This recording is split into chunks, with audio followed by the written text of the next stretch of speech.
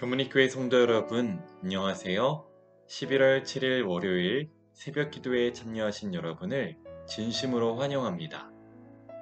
우리는 이번 한 주 동안 시대의 소망 제40장 호수의 밤을 살펴보겠습니다. 말씀을 통해서 주시는 교훈을 마음에 새기고 삶의 열매가 맺히기를 간절히 소망합니다. 예수님께서 보리떡 5개와 물고기 2마리로 5,000명을 먹이신 이야기를 우리는 잘 알고 있습니다. 이 이적은 당시 군중들에게 엄청나고 특별한 경험이었습니다. 예수님의 말씀을 듣기 위해 모인 수많은 사람 중에 다양한 계층들이 있었죠. 하지만 대부분 가난하고 사회적 약자들이 주류를 이루고 있었습니다. 이들은 주님의 말씀에 푹 빠져서 시간 가는 줄을 몰랐습니다. 배꼽시계가 울리기 전까지 말이죠. 그런데 예수께서 놀라운 이적을 베푸신 것입니다. 한 소년의 작은 도시락, 턱없이 적은 양의 음식으로 이들 모두를 배불리 먹이신 것입니다. 사람들은 흥분하기 시작했습니다. 이분이라면, 예수님이라면 유대를 지상의 낙원, 젖과 꿀이 흐르는 땅으로 만드실 수 있을 거야. 백성들의 확신은 더욱 무르익어 당장 예수님을 유대인의 왕으로 추대하려고 했습니다. 그러나 예수님께서 보이신 반응은 그러한 분위기에 전혀 휩쓸리거나 동조하지 않으셨다는 것입니다. 그런데 이 분위기를 누구까지 옆에서 부추겼습니까? 제자들이 그랬습니다. 예수님과 함께 다니며 그분이 어떤 분인지 분명하게 배웠던 제자들조차도 기대에 부푼 군중들의 분위기에 쉽게 휩쓸렸습니다. 시대의 소망 378쪽입니다. 그들은 예수께서 자신에게 주의를 이끄시거나 존경을 얻고자 조금도 노력하지 않으시는 것을 본다. 그 많은 사람이 예수님을 유대인의 왕으로 세우려고 분위기가 고조되었지만 주님은 전혀 미동조차 하지 않으셨습니다. 여러분, 인간적인 명예나 존경은 하찮은 것임을 우리는 알아야 합니다. 인간의 명예나 존경은 하루아침에도 바뀝니다. 어제까지만 해도 나를 그렇게 떠받들던 사람이 내가 그 자리에서 물러나면 언제 그랬냐는 듯 무시를 하는 것입니다. 왜 그렇습니까? 사람 자체를 존경한 것이 아니라 그 사람의 자리를, 그 사람의 명예를 존경하고 갈망한 것이기 때문입니다. 예수님은 분명한 사명을 가지고 계셨습니다.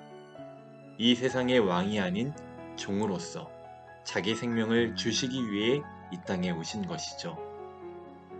그런데 제자들이 오해했습니다.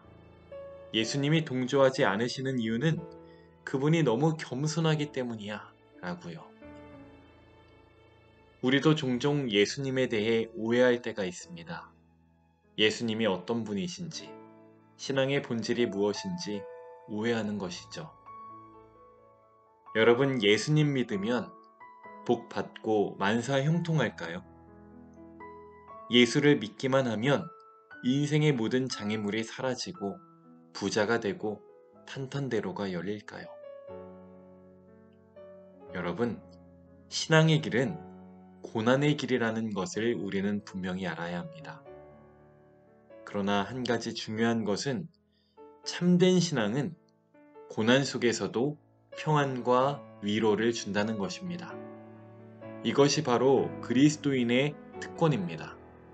폭풍 가운데서도 평안할 수 있는 것.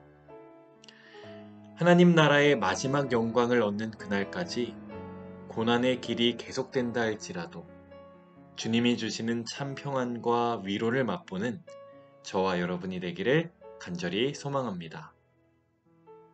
예수님은 제자들에게 다음과 같이 말씀하십니다. 마가복음 6장 45절로 46절입니다.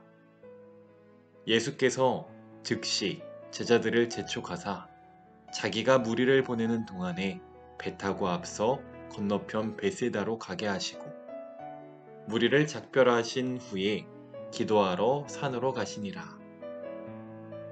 마태복음 14장 23절도 보겠습니다. 무리를 보내신 후에 기도하러 따로 산에 올라가시다. 저물매 거기 혼자 계시더니. 예수께서는 오병이어 이적에 여운을 남기지 않으셨습니다. 즉시 라는 이 단어는 마가가 예수님의 행적을 설명할 때 즐겨 사용했습니다. 제자들의 마음이 이적에 사로잡히지 않도록 하기 위함이었습니다. 정말 중요한 것은 이적이 아니었지요. 정말 중요한 것은 바로 예수님이셨어요. 제자들은 이적에 연연해서는 안 되었습니다. 그래서 예수님은 제자들을 바다 건너편 베세다로 보내신 것입니다. 제자들을 완전히 다른 장소로 보내신 것입니다. 때때로 장소의 변화는 생각의 변화를 가능케 합니다. 장소를 떠나지 못하면 생각도 바꾸지 못하는 것이죠. 그래서 예수님은 재촉하신 것입니다. 예수님은 또한 무리를 해산시키셨습니다. 이적을 체험한 무리는 맹신적인 집단이 되기 쉽습니다. 예수님은 이 사실을 잘 알고 계셨기 때문에 주님은 이적을 통해서 이 무리를 장악하는 수단으로 사용하지 않으셨어요. 오로지 죄인을 향한 아버지 하나님의 사랑을 드러내고자 이적을 베푸셨던 것입니다. 사랑하는 교무리교회 성도 여러분, 이 새벽 우리의 신앙 상태를 점검해 보기를 원합니다. 나의 신앙의 초점이 어디에 맞춰져 있는지, 무엇을 위해 신앙을 하고 있는지 확인해 보기를 원합니다. 나의 관심이 세상의 성공을 위한 이적이 아닌 예수님에게만 맞춰지기를 간절히 바랍니다.